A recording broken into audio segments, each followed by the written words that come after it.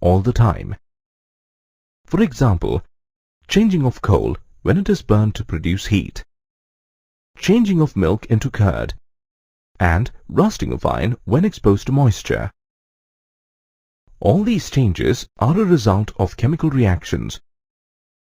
These chemical changes can be represented through chemical equations. In this lesson, you will learn about writing and balancing chemical equations. At the end of this lesson, you will be able to define a chemical reaction, explain the symbolic representation of a chemical reaction, identify the components in a chemical reaction, explain how to write a chemical reaction, and balance a chemical reaction.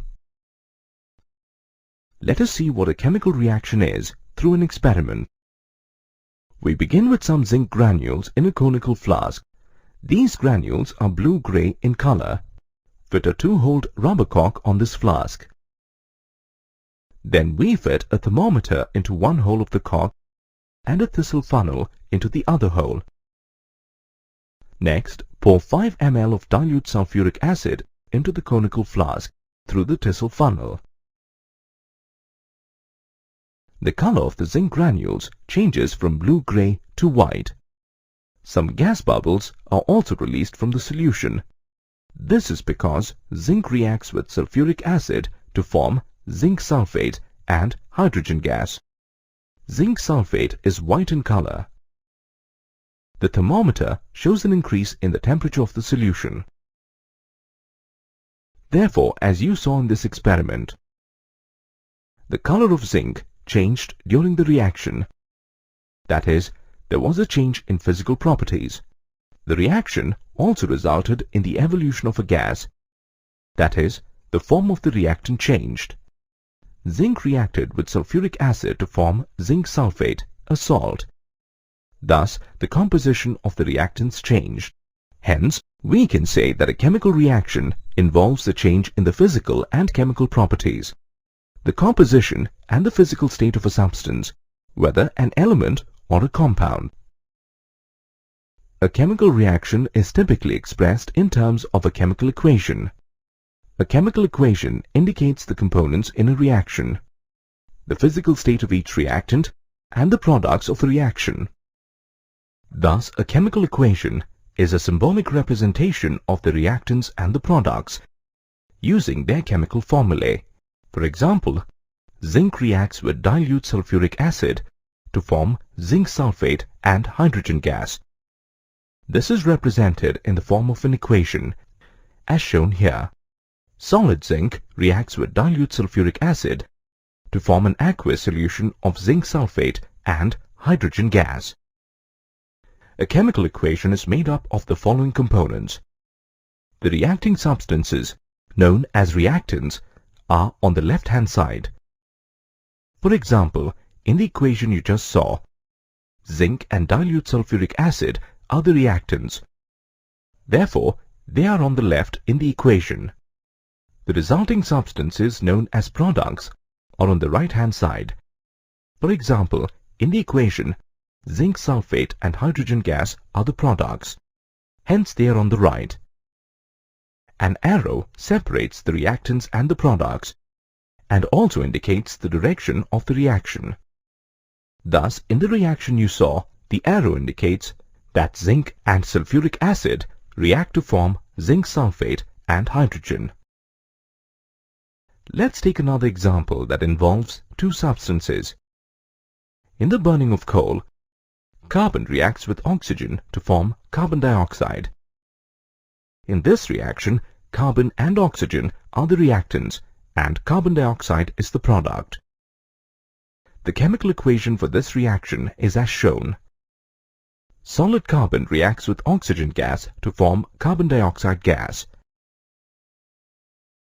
In chemical equations, you denote a solid with S,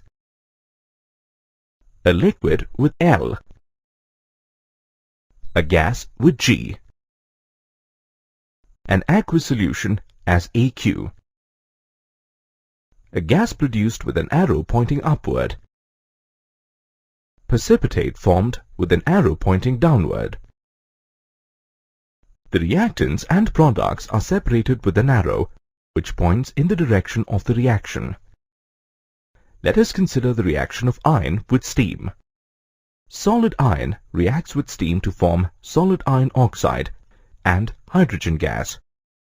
This reaction is represented as shown. A symbolic representation of a chemical reaction is the first step in writing a chemical equation. The next step is to ensure that the equation is balanced, considering the law of conservation of mass.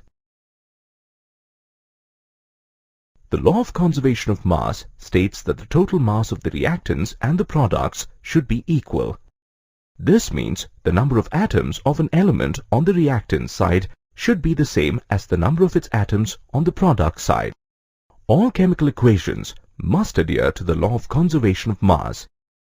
Therefore, all chemical equations need to be balanced. The process of balancing a chemical equation involves 4 steps. Determining the reactants and products in a reaction. Counting the number of atoms of each on both sides.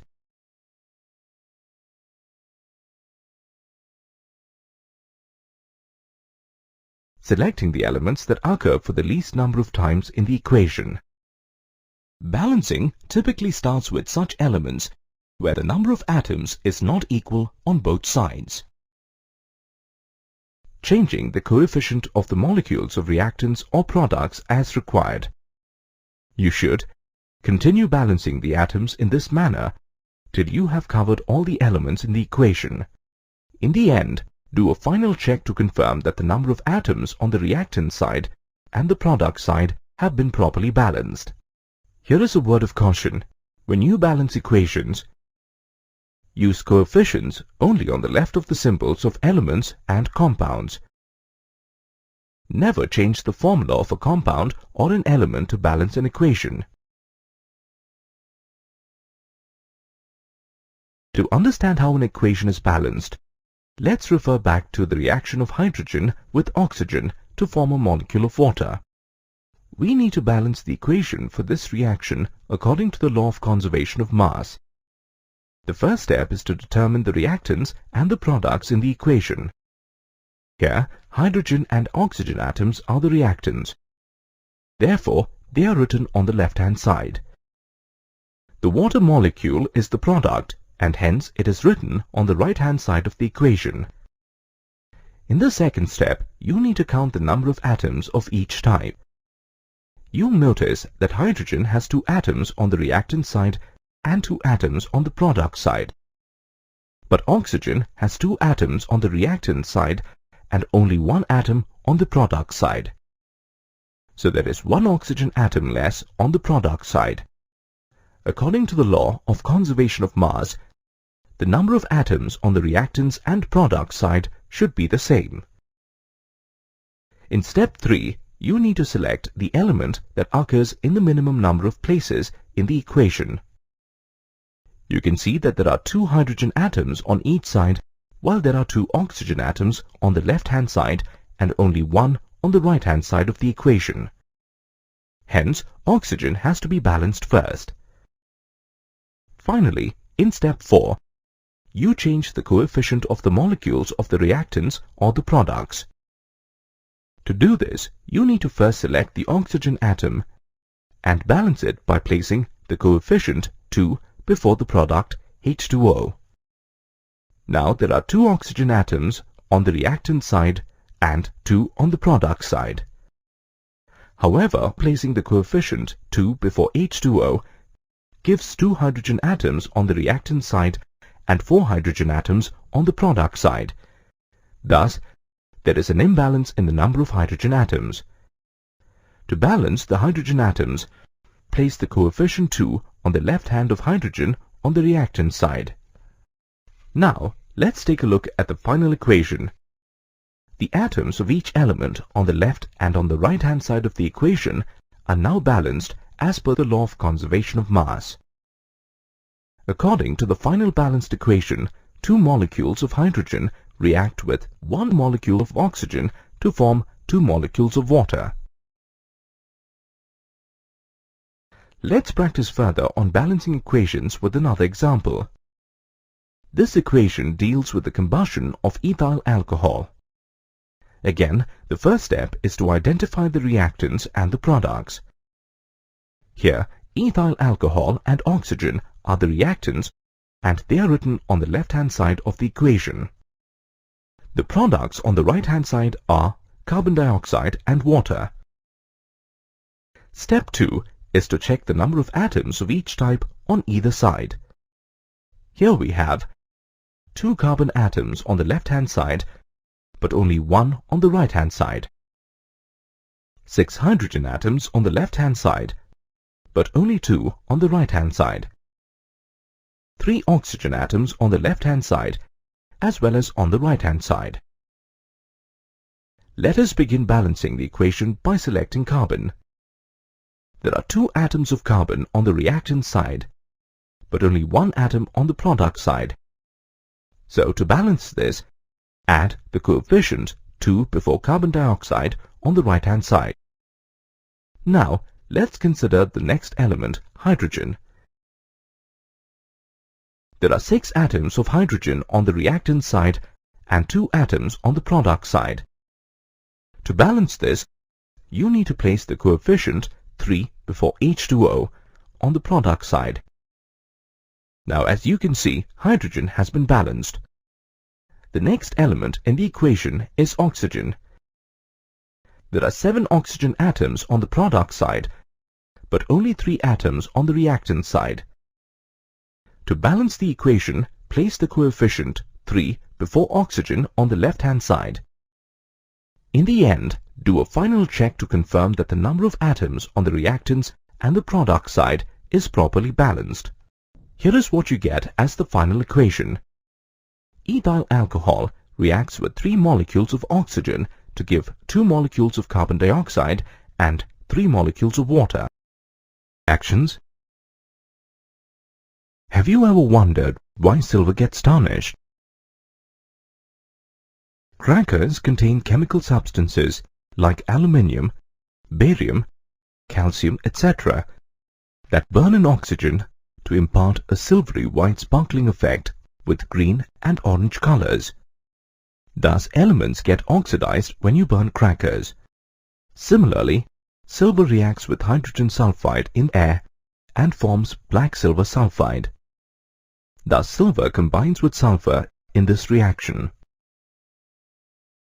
All chemical reactions can be classified based on the different ways in which elements react with each other.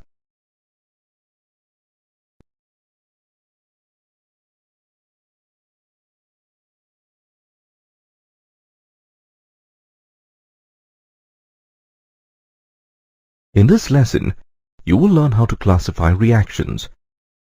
At the end of this lesson, you will be able to classify chemical reactions, describe the characteristics of each type of chemical reaction, identify exothermic and endothermic reactions.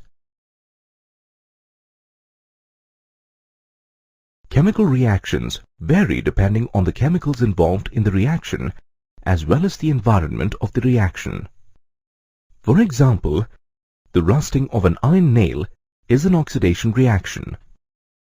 On the other hand, the digestion of food in our body is a decomposition reaction where the complex food substances are broken down into simpler substances like glucose that give energy.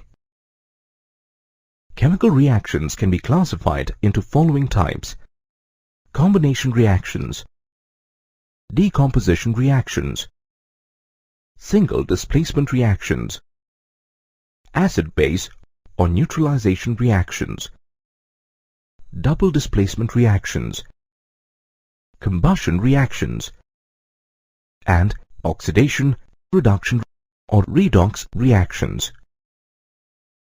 Let us begin with combination reactions. A combination reaction is one in which 2 or more reactants combine to form a single product.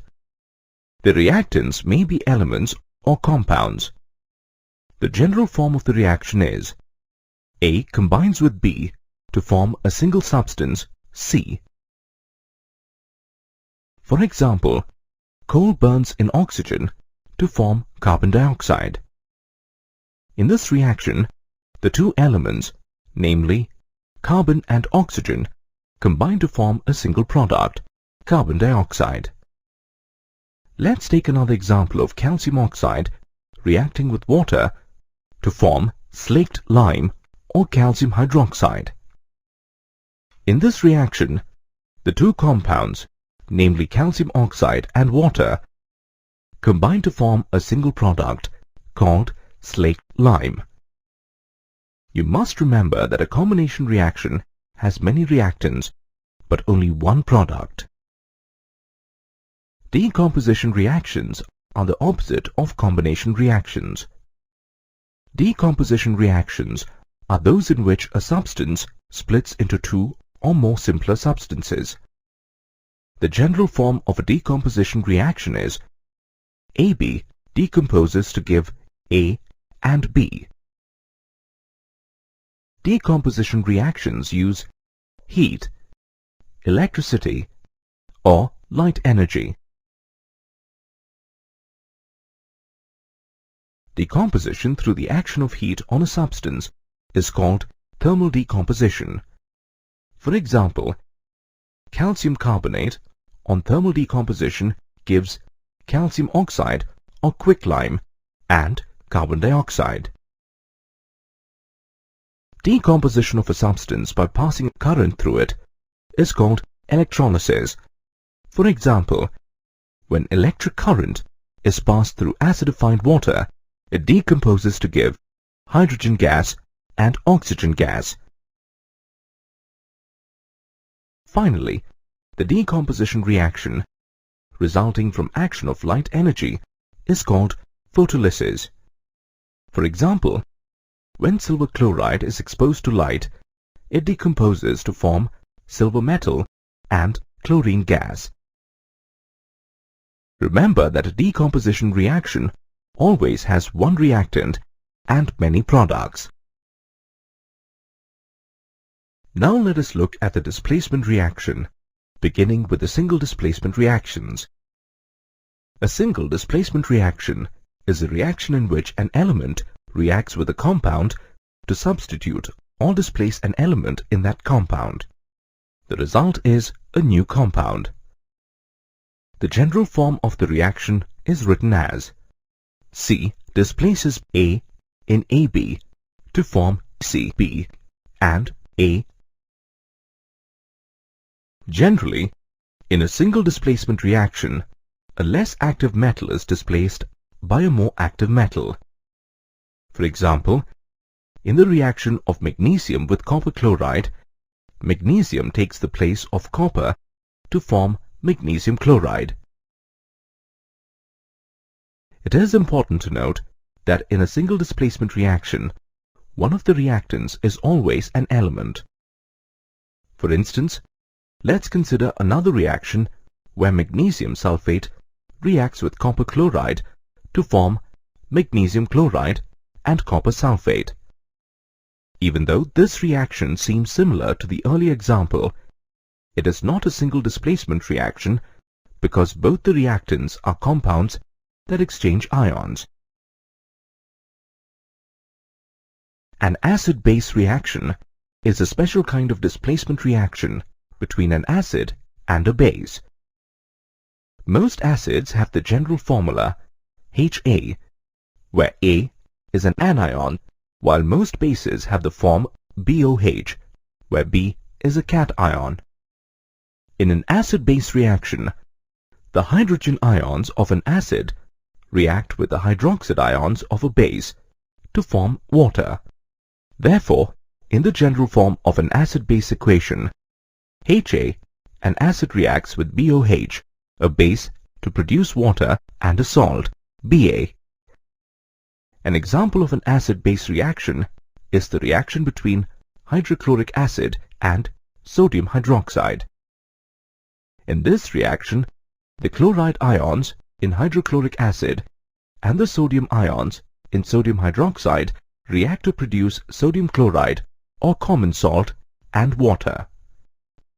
Another example of an acid-base reaction is the reaction of sulfuric acid with sodium hydroxide.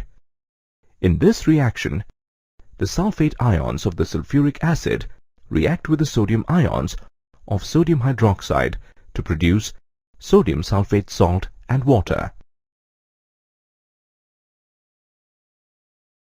Do remember that in an acid-base reaction, one of the products is always water.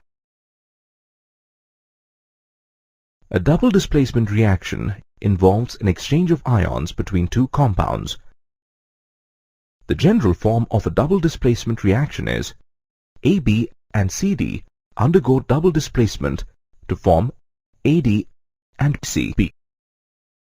A classic example of a double displacement reaction is the reaction of magnesium oxide with calcium sulfide. In this reaction, magnesium and calcium ions interchange their places to form magnesium sulfide and calcium oxide. This reaction is known as a double displacement reaction because two compounds, magnesium sulfide and calcium oxide, are formed by the displacement of magnesium and calcium ions with each other. When the two reactants involved in a reaction are compounds, it is a double displacement.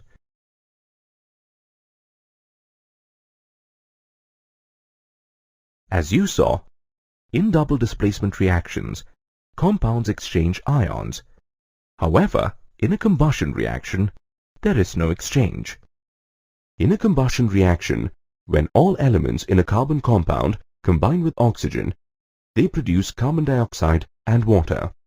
Thus, combustion reaction is the burning of a substance in the presence of oxygen, resulting in the release of energy, carbon dioxide, and water.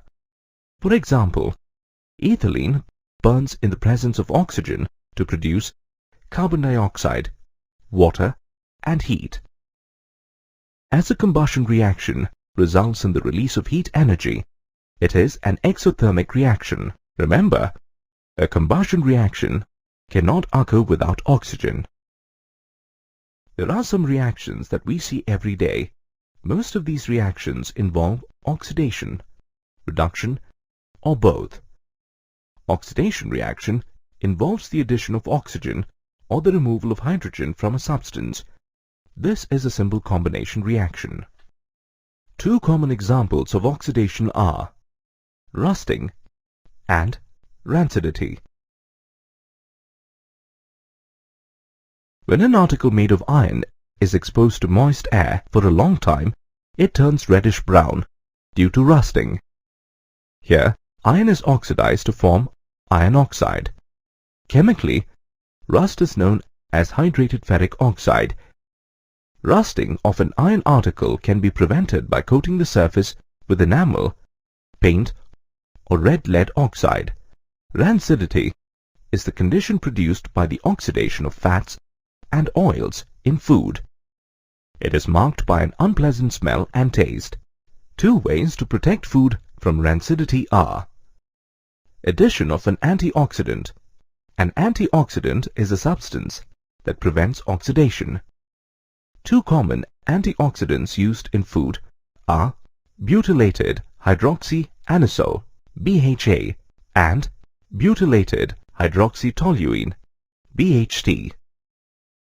By packing food in nitrogen gas, nitrogen prevents oxidation of food. For example, rancidity in potato chips can be prevented by flushing the bags with nitrogen while packing. A reduction reaction involves addition of hydrogen or removal of oxygen from a substance. It is exactly the opposite of an oxidation reaction. For example, the formation of hydrogen sulfide involves a reduction reaction. In this reaction, when hydrogen is added to sulfur, sulfur gets reduced to hydrogen sulfide. Another example of a reduction reaction is photosynthesis. In plants, carbon dioxide and water are reduced to carbohydrates in the presence of light and the pigment chlorophyll.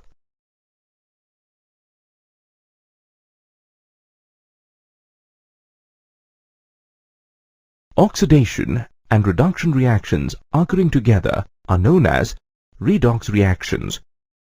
In a redox reaction, a substance that gains oxygen is said to have been oxidized, and the one that loses oxygen is said to have been reduced. Let's use an example to explain redox reaction. Copper oxide on heating with hydrogen forms copper metal and water. In this reaction, the oxygen is removed from copper oxide. Here, copper oxide is reduced to copper. On the other hand, hydrogen is changed into water. That is, oxygen is added to hydrogen.